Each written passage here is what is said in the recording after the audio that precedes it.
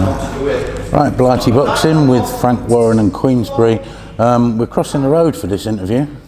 A little Brucey bonus with Dalton Smith. How are you, Dalton? Yeah, I'm all good, thank you. How about yourself? Excellent. Now, it's well worth talking to you because it doesn't matter who you work for in boxing. I think everyone's admiring what you're doing at the moment, and I mean, not to blow smoke up you particularly, but your performances so far have been pure class, and I think you're rightly being described as one of the best prospects to have come out of this country in a long time. But then I suppose you knew that all along, didn't you? Yeah, that's it. No, it's just good for me now, but I'm starting to get the recognition. You know, I've always believed in myself, I've always had the confidence, I work hard every day in the gym, so, you know, it's nice to get noticed. You know, it's still early days in my career, but, you know, it's nice to get that praise, and it shows that my hard work's paying off. It's kind of like, you know, you're expected to win these fights, even though the matches are decent, but it's the way you're going about it. You're putting on a show, you're making statements. Each fight, there isn't really one fight where you fail to issue a statement, is there?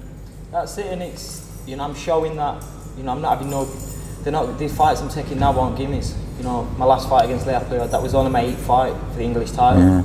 So my position's been, you know, it's been at a good level, and you know, it's good for me to go out there, and even though, you know, I'm expected to win these fights, I'm able to do it in fashion. You know, I'm not just scraping through them and, you know, just coming through the fights, you know, close. So, you know, I've been able to perform, and you know, that's all I want, because I work hard every day in the gym, and you know, I just want to perform and show my class. Now, I think a lot of people, particularly people who follow boxing closely, would have watched you in the WSB. You've got a few appearances there. And now we're into an Olympic year, albeit a year late. What was your thinking with regards to the Olympics, or whether it was ever an option for you? Or, I mean, we know you took the plunge a year or two ago. Was there ever something in the back of your mind, but when you went into GB, you were probably thinking the Olympics? Yeah, you know, me turning professional was, you know, it was the last thing on my mind. My number one target was the Olympic Games. You know, that's what I've always said, that's what I worked when I was on GB. That was my main goal, to get to an Olympic Games, and I wanted to fulfil that dream. So, but once the new weight categories come in, it's done for you as well, did it? Yeah. The new weight categories coming in, you know, I was getting my hand injuries, obviously, because you just get 4 metre bandage in the amateurs, so it was no good for my hands, and you know, I was down a little bit with the injuries, operations. You know, I think I had 3 operations on my hands in the space of 18 months. So it was, you know, it wasn't going good at the time, and obviously everyone knows on GB, if you're not 100% fit, you know, you start coming down to number 2, number 3, and it's easily done because it's a conveyor belt, and that's how GB works. And you know, I was devastated when. Heavy heart when you left, was it? Yeah, that's it. Yeah, I was. You know, I thought it was the end of the world, but looking back now, it's probably the best decision I made. It was a year delay. And stuff like that. I've still been able to progress and move on in my career. You've stolen a march on the others, haven't you? That's it, yeah. I've got 18 months ahead of the other guys now. But I mean, Callum Thompson was in a similar situation to you, wasn't he? Yeah. And he's only just sort of getting around to turning over now, so you've at least got those 8 fights back. For 18 months, some 2 years if the last fight was on GB, so, you know, I've got to look back and, you know, take that as a blessing, and, you know, and I'm believing everything does happen for a reason.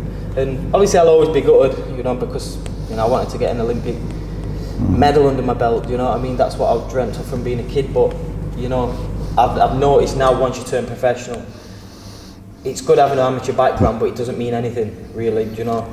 It's alright turning professional, getting signing on fees, getting with your promoters, but at the end of the day, if you're good enough, you're going to make it. Yeah, I'm interested in the GB thing from your perspective, because with you being a Sheffield lad, training here with your father, who's got his own gym, a renowned trainer, and then you go over to GB, how did it work for you? Did you stay there in digs? Did you come home? How did that sort of thing work for you? I think I did 5 years on GB, and I was staying there, living with the lads. You know, I lived with Pete McGrail, Blaine Island. That must have been weird in itself, though, wasn't it? So, yeah, when you could just go home. Yeah, but to be honest, I used to go home. You know, I've got mind of a goldfish. I was forgetting stuff all the time. Yeah. So I was lucky enough to be able to go home. But towards the end, I was staying at home. You know, I was coming down in the morning for the runs and stuff. But I did 5 years on there. You know, probably some of the best days of my life. You know, with the lads travelling the world, fighting the best fighters there is. So, you know, that's probably going to be some of the best days of well, as long as I've been alive. So that's the strong point of GB, isn't it? Because you've got access to the best fighters in the world through the competitions that they'll enter you into. yeah, The flip side of it is, I suppose, particularly from your coach's point of view, like you say, Peter McCrail, he's got Paul Stevenson, you've got your father. Those coaches have got to hand you over to somebody else, haven't they? that's it. That must be a bit weird, a strange dynamic. It is hard because once, you know, my dad's trained me for all those years and he knows me inside out better than anybody ever will. So when I was on GB, I found it difficult with all the voices. You know what I mean? Because I'm used to having that one voice.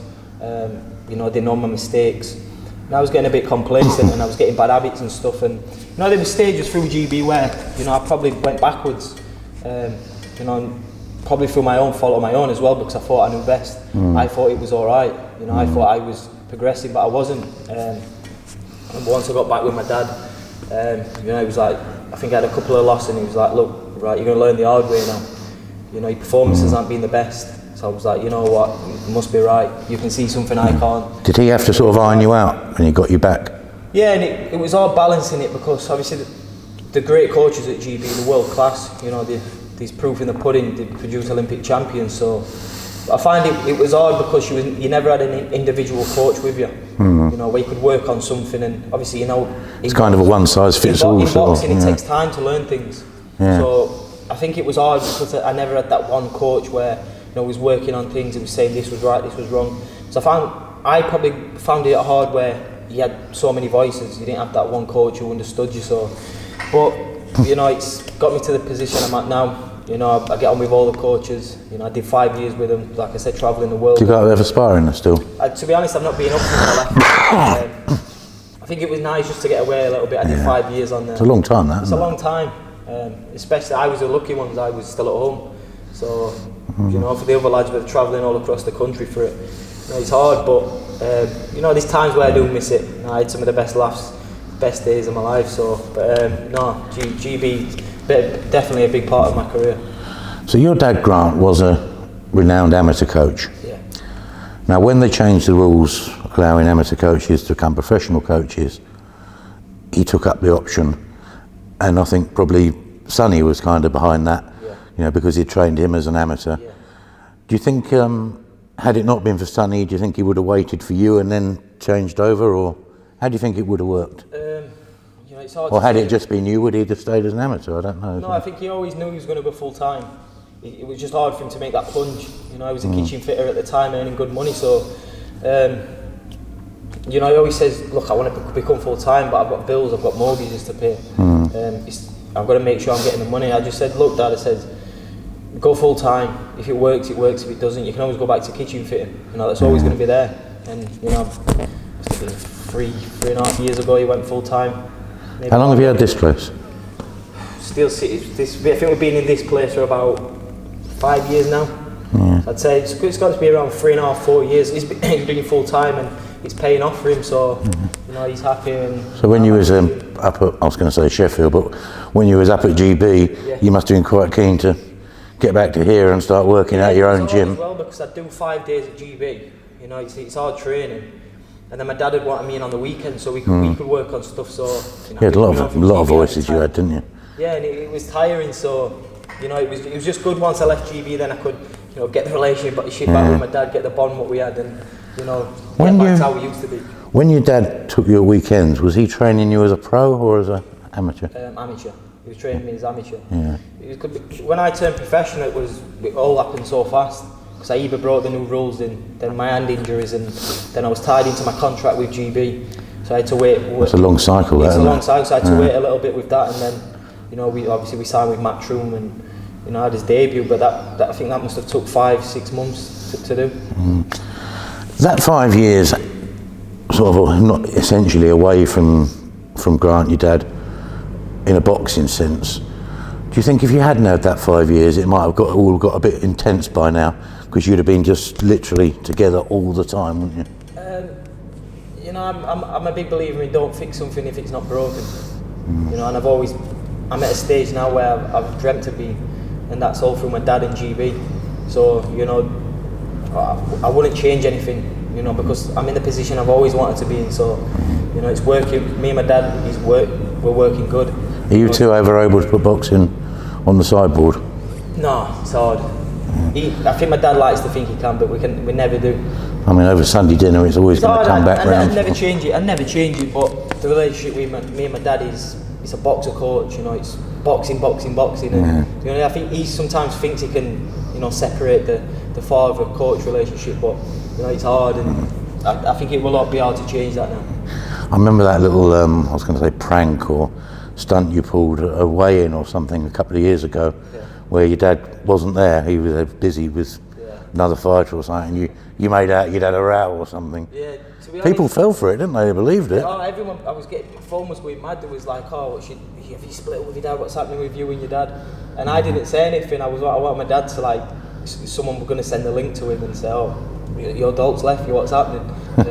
But he just looked at him and thought, he's taking a piss. Not bad, yeah. Literally. So he probably didn't see the funny side, he thought I was just it worked though, like I say, it got everyone going, didn't it? Sort of. But has there been, like, is it difficult sometimes just having that sort of the family work thing or family sport thing crossing over? Do you sometimes need a little break from each other? Sort of? Yeah, we do, and I think the relationship we've got now, like, I only really see my dad in the gym. Obviously he's busy with got your own place now, yeah? Yeah, so literally all the time. I suppose you got to as a 28-year-old, haven't you? Yeah, well, Sky Sports have put a few years on me, didn't they? Yeah. No, just to clarify, I'm 24, I'm not 28. Been using my anti-wrinkle cream, so. But no, it's the only time I see my dad is in the gym. So there's a father-son relationship. The only time we're bonding really is, you know, in the sport and my job. So and it's been like that for years now, and I think it'd be hard to break that. And it's all I've known. So. Your mum would give him a slap now, wouldn't she? Single father, my dad. Is he? Yeah, single father, raised us from young kids. So excellent. With my nan, my granddad. How many of you is there? Just you, is it? My two older sisters. Oh, right, okay. So he brought them up with the help of my nan and granddad. So yeah, excellent. It's been hard because it's like the relationship with, obviously I've only got my dad, my nan, my granddad. So and the relationship with my dad is he's boxing. So if it wasn't for my other family, like, it'd be hard to break that up. But you know, I wouldn't change it because. But it keeps you two very close, doesn't it? Sort of, it does, and I think we both know, like, we only ever really get on in the gym. Yeah. Because that's all we've ever known from being a little boy. So. Imagine that time though when you sort of waiting for that judge's decision or something on a world title fight. World champion. I mean, what a story that's going to be for you two, isn't it? It's going to be unbelievable, and it will happen. Believe me, it will happen. Well, to be honest, the way things are going, it wasn't that far off, is it? So. That's it. So yeah, but you know, that's why I work hard. That's why I want to achieve, and you know, a bit of cherry on the top when that day comes. Dalton, thank you very much, sir. Appreciate that. Thank you.